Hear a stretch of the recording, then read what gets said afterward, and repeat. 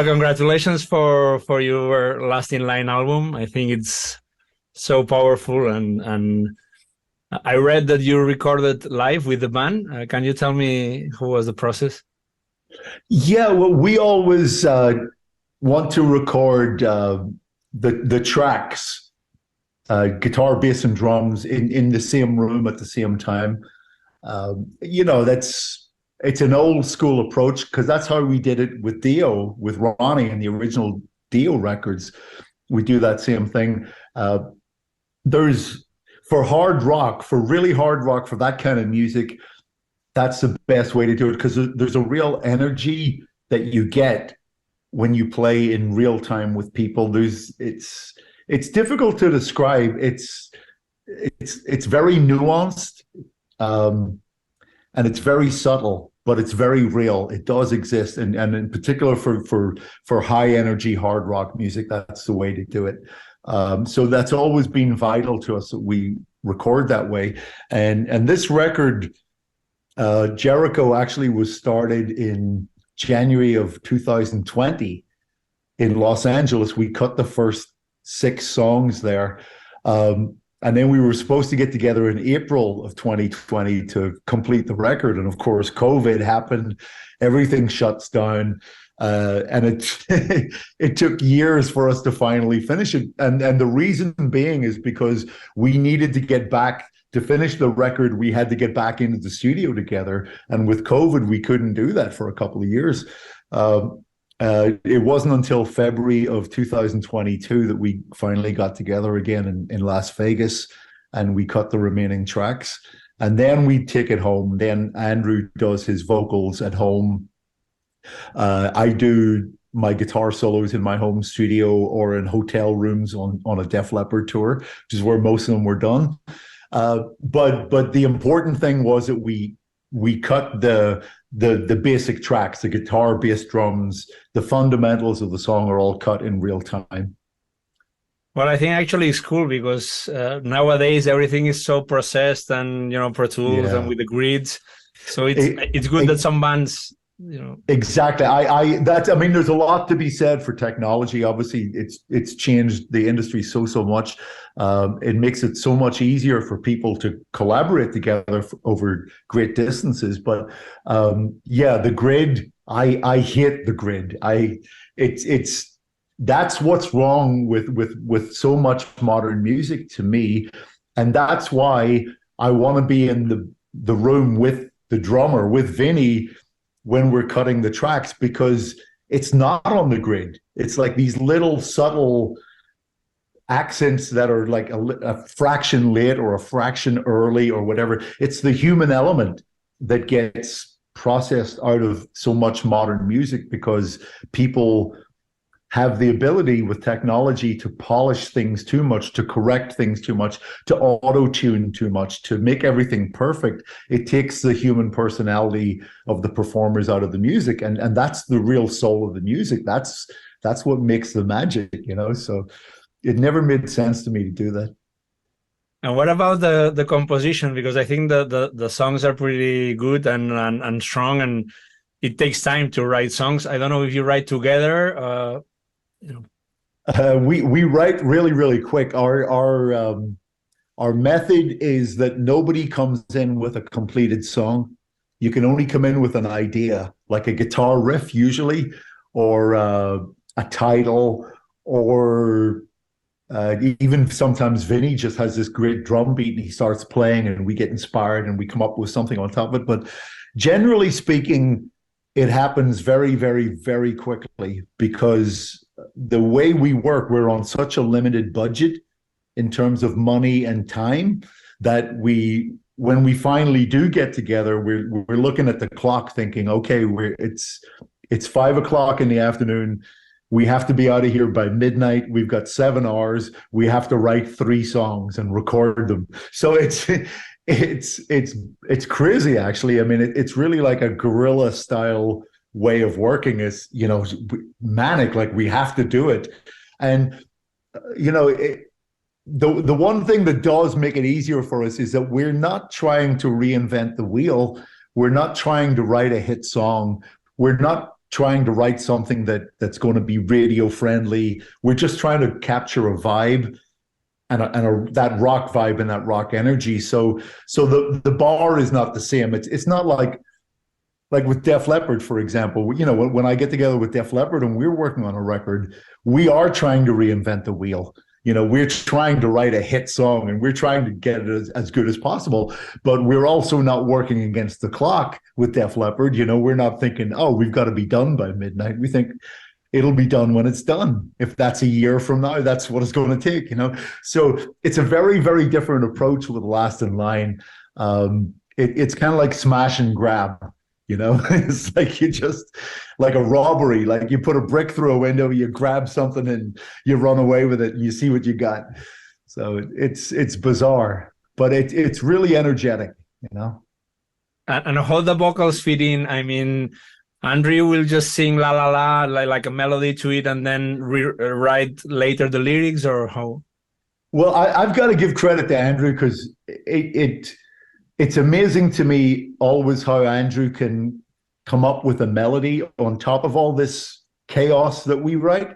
Now, Andy's always in the room with us when we're doing it. So he's always giving us an approval. Like if we come up with a part and he's thinking, oh, I can't sing over that, he tells us and then we scrap it and move on to something else.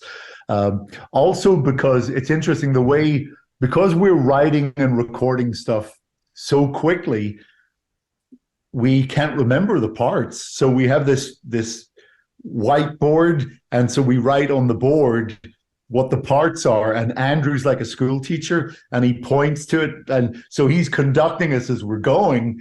Okay, this is a verse, and go to this part in 1, 2, 3, go. You know, so that's kind of how we capture a performance. You know, it's entirely chaotic, but it does amaze me. I have a lot of I got a lot of respect for Andrew that he manages to write melodies around some of the music we write. Going to Def Leppard, that you say that with Def Leppard you try to reinvent the wheel. Def Leppard was so huge with the Pyromania in Styria Records. So do you feel the pressure with that band that how do we get better than that? Because I mean, it's so impossible, you know, to do that. Yeah, it probably is impossible to do that. I mean, that was a moment in time, you know, that era. But, you know, still as songwriters, I could say, you know, individually and collectively, everyone in Def Leppard is a much, much better songwriter than back in those days, just by the benefit of the experience. So there's still a very, very high bar in Def Leppard. The quality control is very, very high. But at the same time, there's no expectation that anyone's going to buy a Def Leppard record. We don't make Def Leppard records for our fans. We make Def Leppard records for us. It's a selfish exercise, but it's something that we feel we have to do, even though we know when we go on tour, people want to hear Animal, Rock of Ages, Photograph, Hysteria, all these hit songs. And it's a joy to play all those hit songs, but we still need to create music because that's what we do. We're creative beings. That's why we started playing in rock bands to begin with. That's why you got to keep exercising these muscles. So the mindset in Def Leppard is we always try and write the best song we can possibly write. We always try and make the best record we can possibly make. And we have no expectation that anyone's going to buy it, you know, and certainly not to the extent that people bought Pyromania and Hysteria or any of those other records. It's for us. It legitimizes what we do. When we go on stage at 60 something years of age and we play Pour Some Sugar on Me for the 10,000th time, you know, we're also playing a couple of new songs in the show that prove to ourselves, at least, that we are still moving forward and not just treading water, you know. So that's why we make records. And taking what you said related to Last in Line, I would like if you could tell us, I think you created Last in Line because you wanted to play again with all the DIO musicians, but of course, like you say, right now you are all more mature musicians. You have, much more experience and probably grow up as a players too. So if you can tell me like the evolution of where you found when you found Last in Line, and how did you perceive the musicians were playing different than with DIO? Can you tell me everything, like the story of the band? How? Well, there was a very, very special chemistry to the original DIO band. And right from the very first time, when I auditioned for Ronnie in London in 1982, that was the first time I'd played with Jimmy and the first time I played with Vinny and obviously Ronnie. So, and when we started playing that night, immediately there was that connection, and we could all feel it. I mean, there was just real magic in the room. And so we all got very, very excited. And obviously, we developed that over the course of 3 records. Now, when I got together again in 2011 with Jimmy and Vinny, it had been decades, literally, since we had played together. And as soon as we started playing, it was immediate again. It was that same energy. The difference was, Ronnie wasn't with us anymore. This happened about a year after Ronnie had passed away. And, it was only then, I think probably because of Ronnie's passing, that I thought, well, we are the last in line, even that's the name of the second album that we did with Ronnie. Ronnie's gone. And so I think it was Ronnie's passing, together with the passage of time of all those so many years for me, and my own cancer diagnosis that I was happening at that time. It sort of, a lot of things changed in my life, and I really reevaluated my relationship with that music. The DIO band was very, very special, and it was very, very special to me when I was there, and I was fired from the band.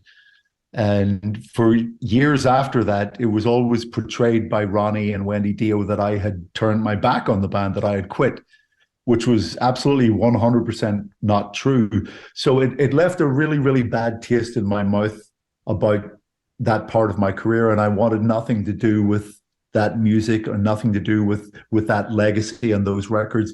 So it took all of these things happening, I think, ultimately, the passage of time and Ronnie's passing, for me to get back and reconnect with that. And once I started playing with Jimmy and Vinny again, and I felt that energy and that chemistry, and it was like an epiphany, because all of a sudden I realized that the music that we created with Ronnie in the early 80s was as much ours as it was his. For so many years, I had shut myself away from it and thought, that's Ronnie, that's not me, I don't want anything to do with it anymore. And so it was sort of like a joyous celebration to reconnect with it and to own that legacy, and to realize that as epic as a singer that Ronnie was, that Jimmy Bain and Vinny Appice and myself helped create that magic and write those songs with him. And so we deserve to be able to celebrate it as much as Ronnie had. So I would never have formed the band and started playing shows if Ronnie was still alive, if DIO was still a band. But like I said, this was about a year after Ronnie had passed, and I just wanted to reconnect with that part of my career, and it, like I said, it felt joyous to do it. So we started doing shows.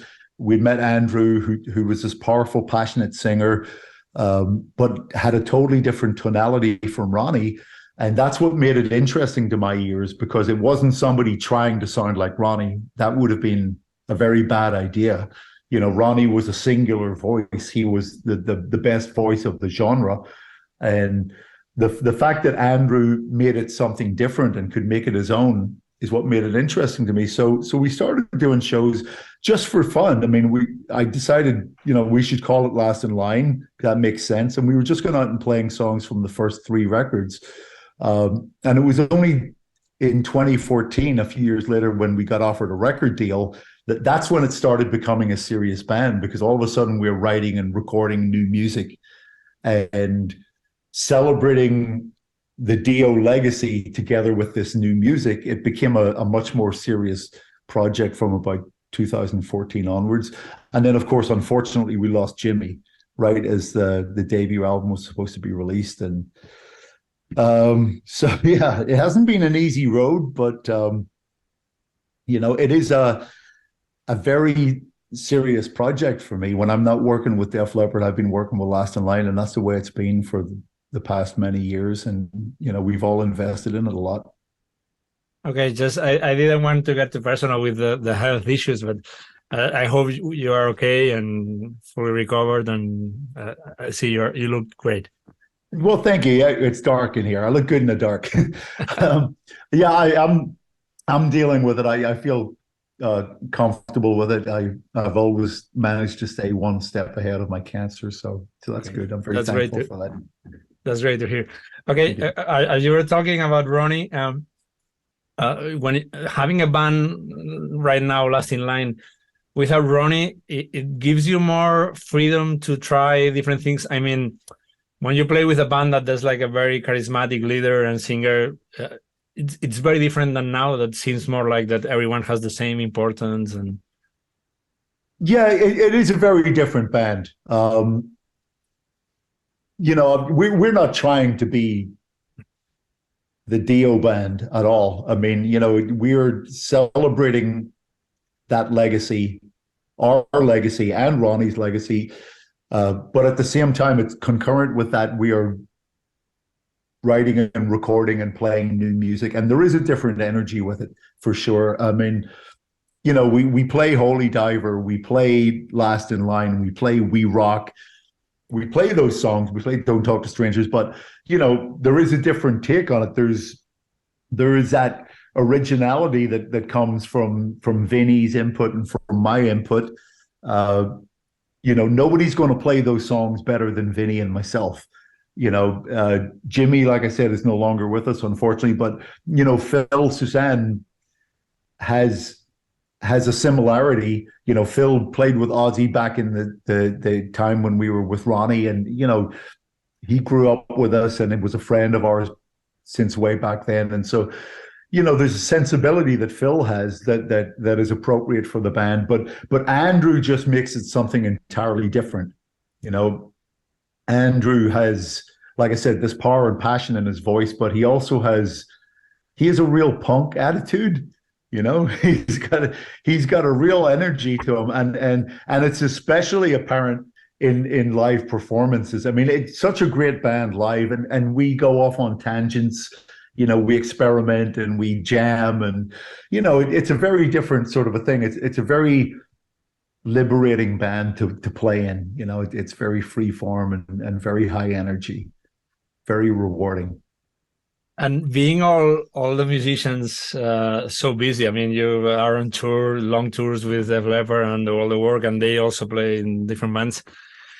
Like, in a personal level, how do you manage to find time to see yourselves? How everything works out? Because, I mean, sometimes it's crazy to meet, schedules. Yeah, well, we've worked hard at it. Obviously, I give priority to Def Leppard, and there have been times when we've had to cancel shows with Last in Line because Def Leppard have booked something, and haven't been able to honor my commitments with Last in Line. So that's unfortunate for them, and I appreciate that my bandmates, Phil and Andy and Vinny, are accommodating in that way for me to do that. But I've invested a lot of my personal time when I haven't been working with Def Leppard. I've been working with Last in Line. We've been out doing shows and making these records, and it's a very, very serious side band for me. Yeah, Def Leppard is my primary gig, but I'm very heavily invested in Last in Line. I really believe in the band. I believe in the music. I believe in the players, and I'd like it to build and to keep growing in stature and to play in front of more and more people. And I do think people would appreciate it. I mean, when you see us live, it's an incredible band. It's absolutely incredible. I mean, Vinny is such an inspirational drummer. When I play with him, it makes me the best guitar player I can possibly be. So it really elevates my playing.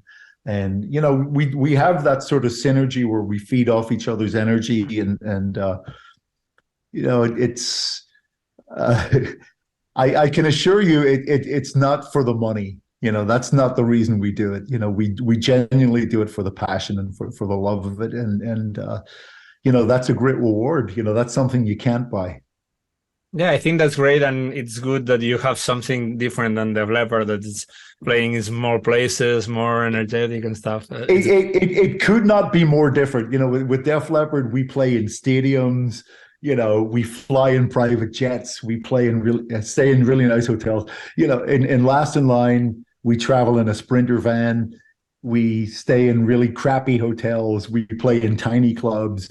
And you get to eat cheese sandwiches every day if you're lucky. So it is just two opposite ends of the spectrum. But I do them both for the same reason. I do them because I feel it's a privilege to be able to do it, and I absolutely enjoy it, and I love it, and it's all I've ever wanted to do with my life since I was a little kid. So I don't take any of it for granted. It's just a pleasure to not just be in one exceptional band, but two. For me, it was very surprising that when you released like a solo album, this album is blues. I mean, very different from what you do. And I was wondering if you gonna do sometime in the future another solo album, and if you do, it's gonna be on the blues, in this blues way, or it's Well, Rory Gallagher was my first real big guitar hero, and it was the first album I had. It was the first show I ever saw, and so that that all grew out of having a year off from Def Leppard, and I really wanted something to do, and I ended up going to this. There was a great blues club in LA called Cozy's, and they'd have an open night. Every Monday night would be like a jam night, and you'd go along and you'd write your name down and what instrument you played, and they'd call you up and you'd get up and play with these random people. You'd never know who you were going to play with or what you were going to play. So I just wanted to keep playing. I love playing live. That's why I picked up the guitar in the first place. And that's always been the most exciting aspect of it for me. So I went to this club every Monday night, and I met all these blues musicians, and it just sort of grew out of that. I started exploring aspects of Rory Gallagher's career that I hadn't listened to before. Music that he wrote and recorded way before I got into him, and then I went further still, and I found out who inspired Rory more than anyone else. I found out it was Muddy Waters, so I started listening to Muddy Waters, and then you keep going, you keep layering. It's like layers of an onion. You keep peeling them back, and you think, well, who influenced Muddy Waters? And then you go back to Sunhouse, and it was such a world of discovery for me. So for the best part of a year, all I was doing was listening to blues music and researching blues music and trying to find out more and more about it. And then just by accident, I ended up doing a record. I ended up meeting a record producer friend of mine who heard me jam at one of these clubs and said, hey, you got a pretty good blues voice. You can play and sing, and you got blues influence in your playing. Let's do a record. So he sort of organized it all, and I rolled in there, and it was certainly a very interesting challenge to take on. There's things I would do differently if I were doing it again. I was probably a little bit too ambitious by trying to make it a live in the studio record, to play guitar and to sing live at the same time and have it committed to record is a great way to do it. I don't think my vocal chops were quite what they needed to be. I mean, for me, I'm always the worst critic of my own work, but when I go back and listen to it, you know, I tend to hear more what's wrong with it rather than what's right with it. So that's difficult. I don't know. I mean, to get back to your original question, would I do it again? Yeah, I probably would, but I'd certainly do it differently. I wouldn't try and do a live electric blues record in the studio. I might try and do something more acoustic based, you know, that might be easier for me to sing. But it was a great opportunity, and I'm glad I got to do it. And I got to meet some great musicians.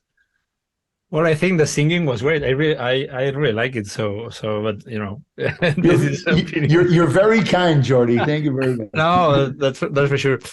I was thinking now when you're talking about Rory, I also heard that you're a big fan of Gary Moore. I'm too a big fan.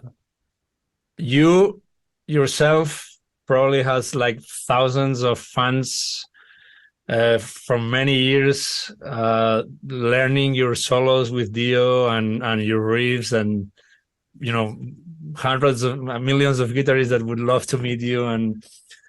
But at the same time that you are on top, you are a fan of Rory and Gary Moore.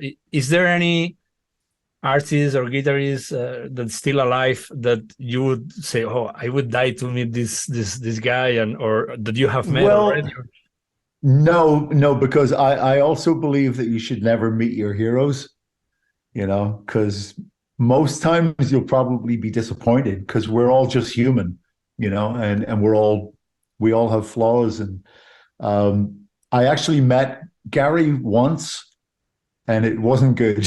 So, but it didn't diminish my respect for him as a musician. You know, it was just an unfortunate set of circumstances, but it's an interesting story. I won't go into it now because it's a pretty long story, but it's actually really, really interesting. Yeah,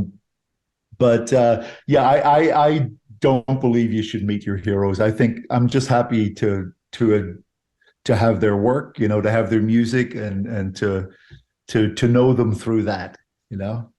Yeah, I read your story with Gary Moore in an interview, so okay, you know the story. Yeah, I know the story.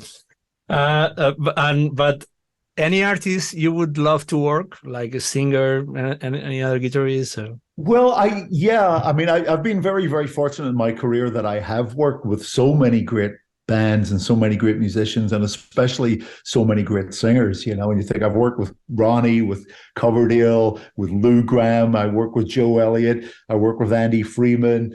I work with Rob Lamoth and River Dogs, who's like a real unsung hero. You know, it's I'd love to work with Paul Rodgers because I've always admired his voice, and you know, Paul Kossoff was a big influence on me growing up. Also, you know, the early free band.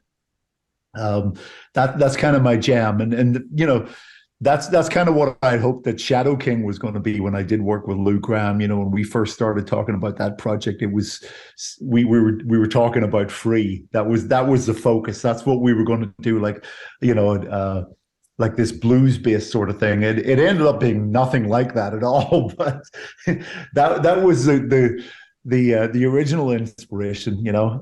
But I've been very, very fortunate. I've worked with so many incredible musicians. You know, I have a very, very colorful career. Yeah, that's great. This is another question, more musical, like specific for guitarists or everything. How different is when you work like in a project like Thin Line, that you are the only guitarist, so you are more free to do anything you want. But when you compose, write your riffs with Def Leppard, there's Phil Collen there. How different is to fit two guitars, your approach, the way you play, you compose the riffs, you know? Mm-hmm. Well, it's very, very different, especially in Def Leppard. Most two guitar bands in hard rock, you have one guitar player, the other guitar player, and they both essentially play the same thing. They just reinforce the sound, and then one does a solo or they do harmonies or whatever. In Def Leppard, we very, very, very seldom are doing that. We tend to orchestrate the guitar parts. try and make it more musical. It's more like a layer cake of because on the record there's usually a lot of guitar parts, and when we play it live, we have to listen to it and break it down into two guitar parts, one for Phil and one for me. But we try and orchestrate more than most hard rock bands do. And obviously it's easier when you have two guitar players. You're not doing all the heavy lifting.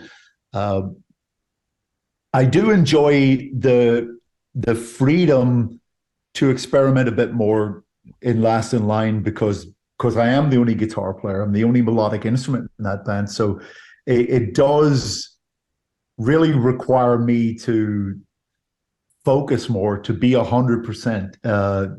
That's another benefit for me for doing the Last in Line project. It's really elevated my playing because I'm playing so much with Last in Line. When I go back to Def Leppard, I am absolutely 100% confident in my guitar playing abilities. I don't think I've ever played better in my career than I have in recent years, and it's been because of being in two bands.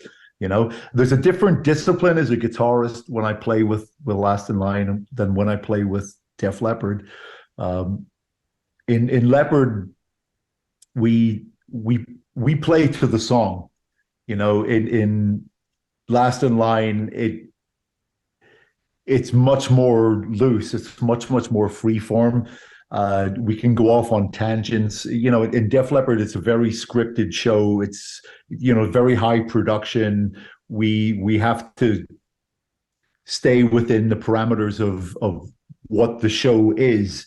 And